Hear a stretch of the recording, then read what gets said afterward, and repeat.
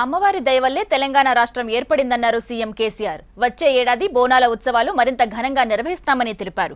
భారీ వర్షాలు కురిసి పంటలు పండాలని అమ్మవారిని వేడుకున్నట్లు వివరించారు. సికింద్రాబాద్ ఉజ్జయిని మహంకాళి అమ్మవారి బోనాల వేడుకలో పాల్గొని ప్రత్యేక పూజలు చేశారు. ప్రభుత్వం తరపున అమ్మవారికి పట్టు వస్త్రాలు సమర్పించారు సీఎం.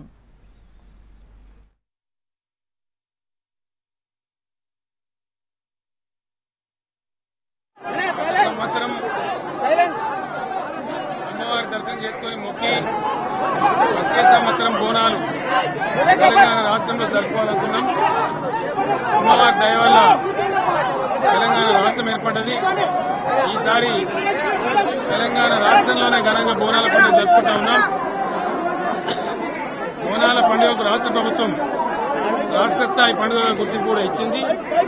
ఈసారి కొంచెం హడావుడైంది, కానీ వచ్చే సంవత్సరం చాలా గొప్పగా చాలా ఘనంగా ప్రభుత్వ పరంగా బోనాల పండుగ నిర్వహించి అమ్మవారి దయ వల్ల ఈసారి కూడా వర్షాలు బాగా కురిసి ప్రజలందరూ బాగుండాలి. అమ్మవారి దయతో కొత్తగా వచ్చిన తెలంగాణ రాష్ట్రం బాగా అభివృద్ధి చెందాలని కోరుకుంటూ నేను మనసారా అమ్మవారిని మొక్కుకున్నాను.